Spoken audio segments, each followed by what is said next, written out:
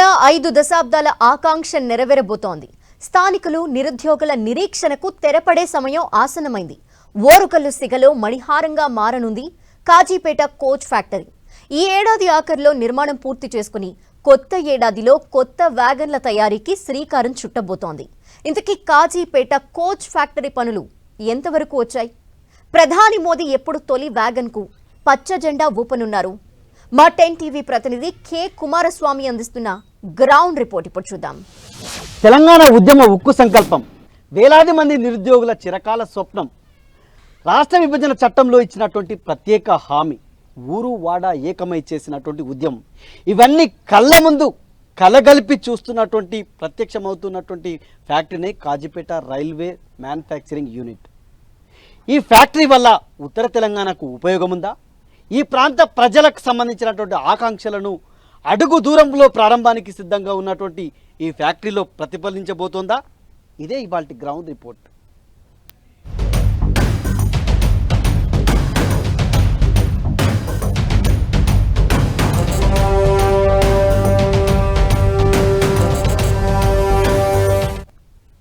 తెలంగాణ రాష్ట్ర సాధనలో నీళ్లు, నిధులు, నియామకాలతో పాటు కాజీపేటకు డివిజన్ హోదా, కోచ్ ఫ్యాక్టరీ నిర్మాణం డిమాండ్ ఉక్కు సంకల్పంగా ఊపిరిపోసింది. వేలాది మంది నిరుద్యోగుల కల సాకారమయ్యే సమయం ఆసన్నమైంది. తెలంగాణ రాష్ట్ర సాధన ఉద్యమంలో నిరుద్యోగులకు ఉద్యోగాలు కల్పించాలని, కోచ్ ఫ్యాక్టరీ నిర్మించాలని ఓరుగల్లు ప్రజలు గళమెత్తారు. అదే రాష్ట్ర సాధన పోరాటానికి ఆయువు పట్టైంది. విభజన చట్టంలో కూడా కోచ్ ఫ్యాక్టరీ అంశాన్ని పెట్టారు. తొలినాళ్లలో పట్టాలెక్కలేదు. 2023 జూలై 8న కాజీపేట రైల్వే మ్యానుఫ్యాక్చరింగ్ యూనిట్కు మోదీ శంకుస్థాపన చేశారు. తర్వాత కోచ్ ఫ్యాక్టరీగా అప్గ్రేడ్ చేశారు. దాదాపు 166 ఎకరాల లోపల 784 కోట్ల ప్రాజెక్టును చేపట్టారు. ప్రస్తుతం ఈ ప్రాజెక్టుకు సంబంధించినటువంటి నమూనా ఏదైతే ఉందో, అంటే యాజ్ ఇట్ ఈజ్గా ప్రాజెక్టుకు సంబంధించినటువంటి నమూనాను ఒకసారి చూపించేటువంటి ప్రయత్నం చేస్తాం.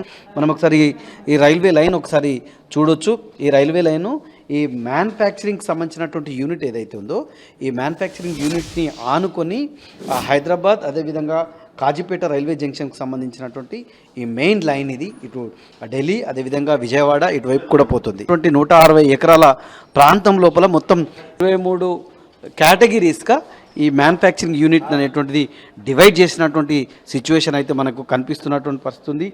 మొత్తం యూనిట్లో ఉన్నటువంటి మెయిన్ షాపు, అదేవిధంగా paint shop, store ward, test shop, canteen, administration block, electric substation, security post, rest house, అదేవిధంగా sewage treatment plant, pump house, toilet blocks, package substation, shower test, road weigh bridge, అదేవిధంగా pump house, GPLRS, pit transfers, wagon weigh bridge, guard post, track gate, RUB, ఈ రకంగా మొత్తం 23కు సంబంధించినటువంటి విభాగాల లోపల పూర్తిగా ఇదంతా కూడా పురుడు పోసుకున్నటువంటి సిచ్యువేషన్ అయితే మనకు కనిపిస్తుంది. ఈ ప్రాంతంకు సంబంధించినటువంటి ప్రజలు ఎవరైతే ఉన్నారో దాదాపు అందరికీ ఉద్యోగ ఉపాధి అవకాశాలు కలుగుతాయనేటువంటి ఆనందం వ్యక్తం చేస్తున్నటువంటి. కోచ్ ఫ్యాక్టరీ లోపల ఏం జరుగుతుంది? ఎలా వ్యాగన్ల ఉత్పత్తి ఉంటుంది? కోచ్ ఫ్యాక్టరీ మ్యానుఫ్యాక్చరింగ్ ఇంజనీర్లతో మా ప్రతినిధి కేకే మరింత సమాచారం అందిస్తారు.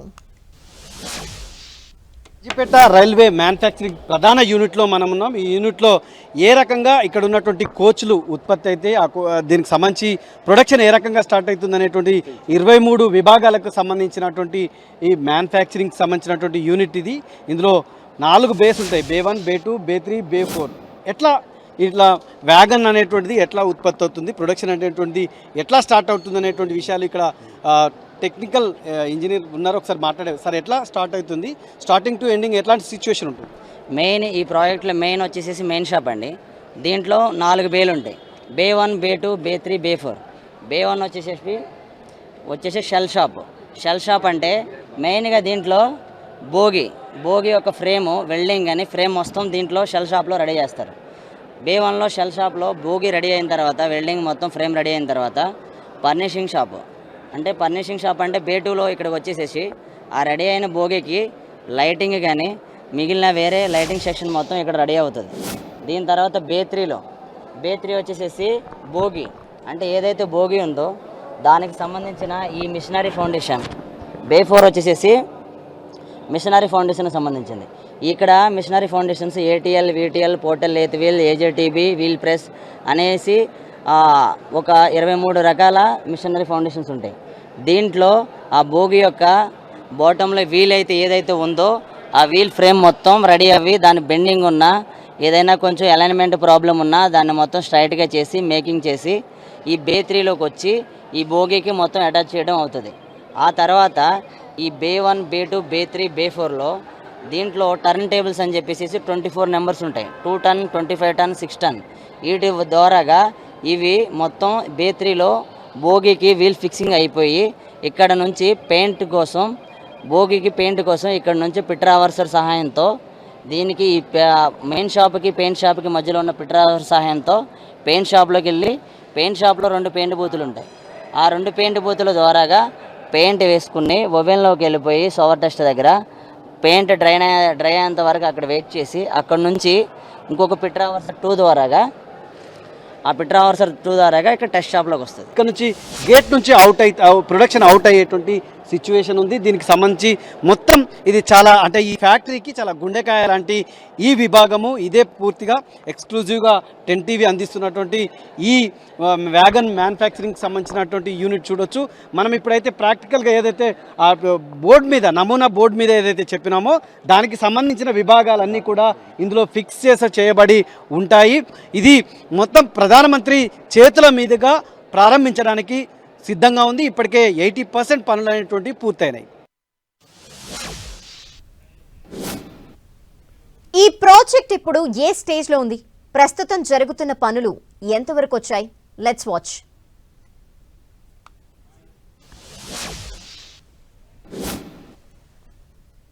ఈ కాజీపేట రైల్వే జంక్షన్లో అనేక ఉద్యమాల ఫలితంగా రాజకీయ పార్టీలకు సంబంధించినటువంటి పోరాటాల ఫలితంగా రైల్వే మ్యానుఫ్యాక్చరింగ్ యూనిట్ ప్రారంభమైంది. 2023 లోపల జూలై లోపల ప్రధానమంత్రి నరేంద్ర మోడీ చేతుల మీదుగా పురుడు పోసుకున్నటువంటి శంకుస్థాపన చేసినటువంటి ఈ ప్రాజెక్టును 2023లో అదే సంవత్సరం లోపల అశ్విని వైష్ణవ్ కాజీపేట రైల్వే మల్టిపుల్ యూనిట్గా ఆయన ప్రకటన చేసిన తర్వాత పనులన్నీ కూడా త్వరితగతిన ప్రారంభమైనాయి. మొత్తం అంటే హన్మకొండ జిల్లాలో ఉన్నటువంటి కాజీపేట మండలం అయోధ్యపురం గ్రామం లోపల 160 ఎకరాల లోపల 787 కోట్లతోటి ఈ రైల్వే మ్యానుఫ్యాక్చరింగ్ యూనిట్ అనేటువంటిది ప్రారంభించబోతున్నటువంటి సిచ్యువేషన్ ఉంది. మొత్తం 114 మంది రైతులు భూములు కోల్పోయినటువంటి సిచ్యువేషన్ ఉంది. వాళ్ళు ఇచ్చినటువంటి త్యాగాల ఫలితంగానే ఈ ప్రాజెక్ట్ ఏర్పాటు చేయడం అనేటువంటిది జరుగుతున్నటువంటి పరిస్థితి ఉంది. ప్రస్తుతం మనం చూస్తున్నటువంటి ఫ్యాక్టరీ అంతా కూడా రైల్వే వ్యాగన్ ఫ్యాక్టరీకి మ్యానుఫ్యాక్చరింగ్ యూనిట్కి సంబంధించినటువంటి ప్రధాన యూనిట్ లోపల మనము ఉన్నాము. ఇది మొత్తం 80% సంబంధించినటువంటి పనులన్నీ కూడా పూర్తయినాయి. స్థానిక యువతకు ఉద్యోగ అవకాశాలు కల్పించాలనేటువంటి ప్రధాన లక్ష్యంతో ఈ రైల్వే వ్యాగన్ మ్యానుఫ్యాక్చరింగ్ యూనిట్ అనేటువంటిది ఏర్పాటు చేసింది. దీనికి సంబంధించి ఇప్పటికే కేంద్ర మంత్రులుగా ఉన్నటువంటి కిషన్ రెడ్డి అదేవిధంగా అశ్విని వైష్ణవ్ ఇద్దరు కూడా మొత్తం ప్రధానమంత్రి చేతుల మీదుగా పురుడు పోసుకోనున్నటువంటి ప్రారంభించనున్నటువంటి ప్రాజెక్ట్ సంబంధించి పూర్తి స్థాయి లోపల పరిశీలించారు. పనులన్నీ కూడా చూసినటువంటి పరిస్థితి ఉంది. యూనిట్ లోపల ప్రధానంగా 23 ప్రధాన యూనిట్లకు సంబంధించి మొత్తం నిర్మాణం అనేటువంటిది పూర్తి అయినటువంటి సిచ్యువేషన్ ఉంది. యూనిట్లో ఉన్నటువంటి main shop, paint shop, store ward, test shop, canteen, administration block, electric sub station, security post, rest house, ఈ రకంగా మొత్తం 23 పనులకు సంబంధించినవి మొత్తం 80% పనులు పూర్తయినటువంటి సిచ్యువేషన్ ఉంది. ఇక రైల్వే కార్మికుల కోసము క్వార్టర్స్ నిర్మాణం ఏదైతే ఉందో కోచ్ల తయారీకి షెడ్ల లోపల మిషనరీ ఫిట్టింగ్ అనేటువంటిది అదేవిధంగా కనెక్టివిటీ రోడ్లు, ఎంట్రన్స్ వద్ద రైల్వే వంతెన నిర్మాణము, ఇతరత్ర సివిల్ ఇంజనీరింగ్ వర్క్స్ మాత్రమే ఒక 20% అనేటువంటిది మిగిలిపోయినటువంటి సిచ్యువేషన్ ఉంది. రైల్వే ఆసుపత్రిని అప్గ్రేడ్ చేయడము, కాజీపేట రైల్వే స్టేషన్లో అదనపు ప్లాట్ఫామ్ నిర్మించడము, అన్ని అంగులతో కూడినటువంటి రైల్వే క్లబ్ ఒక ఇన్స్టిట్యూట్ లాగా మొత్తం ఈ భవనము మొత్తం విజయవాడ తరహా లోపల ఎలక్ట్రిక్ ట్రైనింగ్ సెంటర్ను ఏర్పాటు చేయాలనేటువంటి పెద్ద ఎత్తున చేస్తున్నటువంటి పరిస్థితి ఉంది. మొత్తంగా కూడా అంటే రైల్వే మ్యానుఫ్యాక్చరింగ్ యూనిట్ అయితే మొత్తం పూర్తయినటువంటి పరిస్థితి మనకు కనిపిస్తుంది. కాజీపేట అంటేనే రైల్వే ఉద్యోగులు అంటేనే కాజీపేట. అట్లాంటి కాజీపేట లోపల ఇప్పుడు రైల్వే ఉద్యోగుల శాతం కనీసం 10% కూడా లేనటువంటి సిచ్యువేషన్ ఉంది. చాలా మంది రిటైర్ అయినటువంటి పరిస్థితి ఉంది. అమలు అవుతుంది అనేటువంటి సంతోషం, ఉద్యమాలు సఫలీకృతమైన అనేటువంటి ఆనందం అయితే ఈ ప్రాంతంలో వ్యక్తమవుతున్నటువంటి సిచ్యువేషన్ వరంగల్లో ఉంది. వేల మందికి ప్రత్యక్షంగా పరోక్షంగా ఇక్కడ ఉపాధి లభిస్తుందని కోచ్ ఫ్యాక్టరీ కోసం పోరాడిన రైల్వే జేఏసీ నేతలంటున్నారు. కాజీపేట జంక్షన్ కి డివిజన్ హోదాతో పాటు స్థానికులకు ఉద్యోగాలు కల్పించాలని డిమాండ్ చేస్తున్నారు. ఉత్తర దక్షిణ భారతదేశాలను కలిపేటువంటి వారధి కాజీపేట జంక్షన్కు సంబంధించి నిర్విరామంగా అన్ని వర్గాల అభిప్రాయాలను తీసుకొని పోరాటంలో ముందుకు పోయారు. సాటిస్ఫై అవుతున్నారా? ఇది ఈ ప్రాంత ప్రయోజనాలను పరీక్షిస్తుందా? కోచ్ ఫ్యాక్టరీ నిర్మాణం జరిగింది, కానీ ఆశలు మాత్రం ఇంకా నెరవేరలేదు. ఆశలు నెరవేరాలంటే ఏం చేయాలండి? ఈ భూములు కోల్పోయిన వాళ్ళకి ఉద్యోగాలు రావాలి. ఈ స్థానికలో ఉన్న ఉమ్మడి జిల్లాకు యువకులకు, నిరుద్యోగ యువతకు ఉద్యోగాలకు సంకల్పం కల్పించాలి. అదేవిధంగా ఈ రాష్ట్ర వాటాను కూడా కేటాయిస్తూ ఉద్యోగాలు కల్పించాలి. ఈ యొక్క ప్రాజెక్టు కల అయితే సాకారమైంది, కానీ ప్రజలు ఎన్నో ఆశలు పెట్టుకొని 5 దశాబ్దాలుగా ఉన్నారు. తప్పకుండా మరి ఎంత పర్సెంటేజ్ అయితే అంత పర్సెంటేజ్, దాదాపు 50% మరి ఇక్కడ లోకల్ వాళ్ళకు, స్థానికులకు ఉద్యోగాలు అనేది ప్రధానంగా మేము డిమాండ్ చేస్తున్నాం. అలాగే కాజీపేటను మరి డివిజన్గా చేయాలనేది 3 దశాబ్దాలుగా రైల్వే జేఏసీ నుంచి పోరాటాలు జరుగుతున్నాయి. గుంటూరు, విజయవాడ, విశాఖపట్నం 4 డివిజన్లతో కలిపి సౌత్ కోస్ట్ రైల్వే ఫామ్ చేసినప్పుడు ఇక్కడ కాజీపేట, అలాగే నాందేడు, అలాగే హైదరాబాద్, సికింద్రాబాద్ 4 డివిజన్లు కలిపి ఇక్కడ సౌత్ సెంట్రల్ రైల్వేని జోన్గా ఫామ్ చేయాలని, అందుకోసమే కాజీపేట డివిజన్ ప్రాముఖ్యత బాగా ఉంది. కపుర్తల కానీ మరి అక్కడ పడ్డటువంటి కోచ్ ఫ్యాక్టరీ లోపల మీరు ఎలాంటి రిక్రూటేషన్లో మాకు కూడా ఆ పద్ధతుల్లో చేయాలని మేము అంటున్నాం. మరి ఇక్కడ నిరుద్యోగులకు ఉద్యోగ అవకాశాలు లేకుండా చేస్తే జేఏసీ ఆధ్వర్యం లోపల మళ్ళీ అన్ని పక్షాలను కలుపుకొని మరో పోరాటానికి కూడా మేము సిద్ధపడతామని సందర్భంగా తెలియజేస్తాం. ఇక్కడ ఉన్నటువంటి ప్రాంత ప్రజలకు సంబంధించినటువంటి ఆకాంక్షలు మాత్రం నెరవేర్చాలనేటువంటి బలమైన డిమాండ్. కాజీపేట రైల్వే డివిజన్ కూడా ఖచ్చితంగా రావాలి. చిరకాల స్వప్నమైన కాజీపేట కోచ్ ఫ్యాక్టరీ కోసం అయోధ్యపురం గ్రామస్తులు భూముల్ని త్యాగం చేశారు. పొలాలు పోయినా తమ పిల్లలకి ఉద్యోగాలు దక్కుతాయని, భవిష్యత్ బాగుంటుందని ఆశపడుతున్నారు. కేంద్రం తమ గోడును పట్టించుకోవాలంటున్నారు.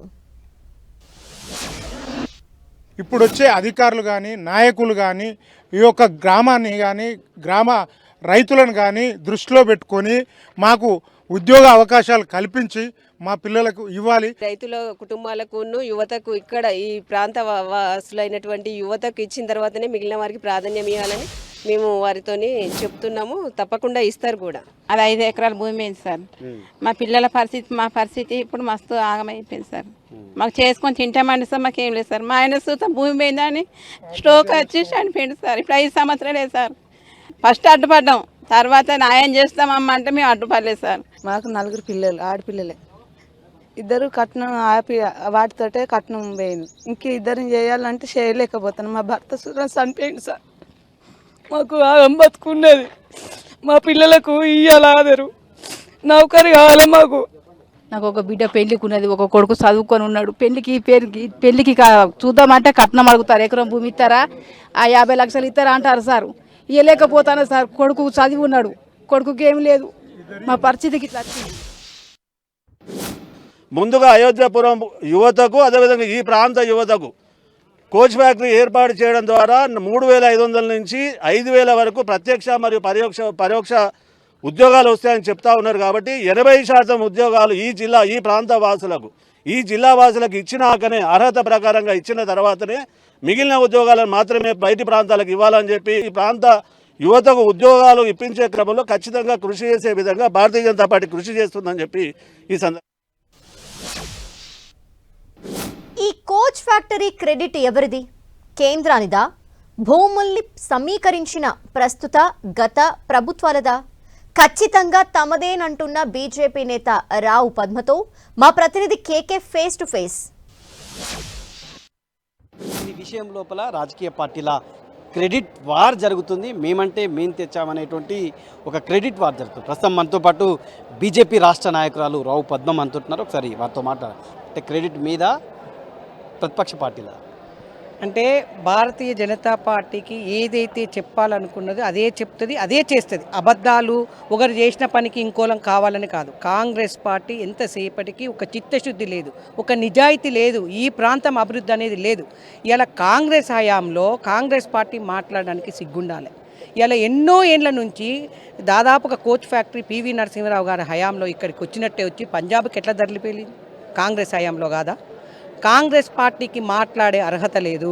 ఇలా టీఆర్ఎస్ పార్టీ ద్వారా వచ్చిందా? ఇలా కేంద్ర ప్రభుత్వము మేము ఒత్తిడి తీసుకొచ్చి ఇలా బీజేపీ ద్వారా బీజేపీ కళ మేమందరం కూడా ఇక్కడ అందరం కళ మాది కావాలి, ఇక్కడ అభివృద్ధి కావాలని మేము అడుగుతూ ఇవ్వడం జరిగింది. దీనిలో కోల్పోయిన వాళ్లకు, ఈ భూమిలో ఇక్కడ ఉన్న వాళ్ళకి ఇక్కడ ఉద్యోగ అవకాశాలు కూడా ఒక నివేదిక వాళ్ళకి ఇస్తే తప్పకుండా చేయడానికి మా వంతు కర్తవ్యంగా కూడా మేము 100% మాట్లాడతాం, చేయడానికి ముందుంటాం. నిర్వాసితులకు సంబంధించినటువంటి త్యాగాలను కూడా కేంద్ర ప్రభుత్వం దృష్టికి తీసుకెళ్తాం. ఈ ప్రాజెక్టు కళా సహకారం పట్ల సంతోషం వ్యక్తం చేస్తున్నారు. ఈ ఏడాది డిసెంబర్లో పనులు పూర్తి చేసి ప్రొడక్షన్ స్టార్ట్ చేస్తామని కేంద్ర మంత్రులు ఇప్పటికే ప్రకటించారు. జనవరిలో కొత్త కోచ్ల ఉత్పత్తిని ఇక్కడి నుంచి ఇచ్చేందుకు అహర్నిశలు శ్రమిస్తున్నారు సిబ్బంది.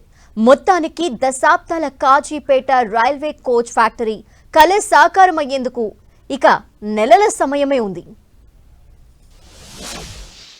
ఆశయం నుంచి సాఫల్యం వరకు Kazipet railway manufacturing unit Telangana మౌలిక సదుపాయాల కల్పనలో కీలక మైలురాయి దాటింది. అజంజాయి తర్వాత అవతరించబోతున్న అతిపెద్ద ఈ ప్రాజెక్ట్ ఇక్కడి ప్రజల ఉద్యమ ఆకాంక్షలకు అద్దం పట్టాలని, నిరుద్యోగుల ఆశలను నెరవేర్చాలని ఆశిద్దాం. కెమెరామెన్ సునీల్తో KK 10 TV వరంగల్.